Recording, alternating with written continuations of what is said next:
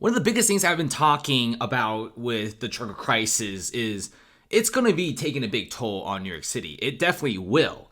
But it's going to take a while. New York's a big city. There's massive companies there who, by the way, have their own warehouses. Many truckers in America, like over 300,000 of them, are independent drivers. Now, there's going to be a few that do go with some of the bigger corporations and they're like returning workers. But you get the idea. Truckers are independents. And not every single trucker out there is boycotting New York City. So you got one side of the trucker industry, which is about 20%. They're boycotting New York City. They're refusing any load to New York City, no matter how much you pay them.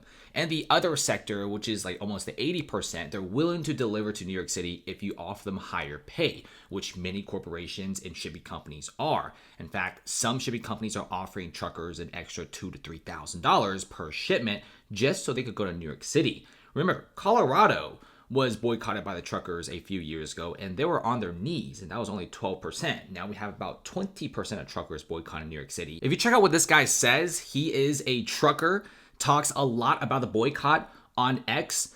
Definitely check him out. It's going to be the real Trucker Jake. Says a lot of big things about the boycott and how the trucking industry works. So essentially, you have shelves in Manhattan, shelves in Brooklyn, those big grocery chains.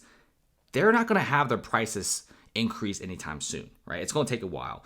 You're not going to be seeing empty shelves. You're not going to see that. But it's going to be the small businesses who pay.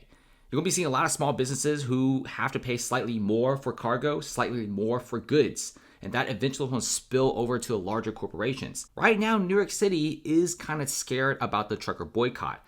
It's a big deal due to the fact that if you look at places like Colorado, like I said in the beginning of the video, 12% of truckers boycotted. The price of goods over there kind of went up. Logistics became kind of unstable. It didn't look so good for Colorado. And guess what?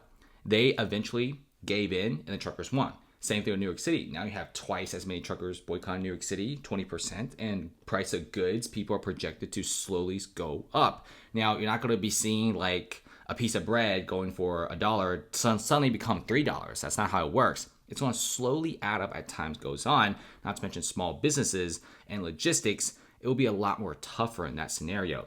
And not every trucker is boycotting New York City. Check out what this guy says. He says that, 20% of truckers are boycotting New York City.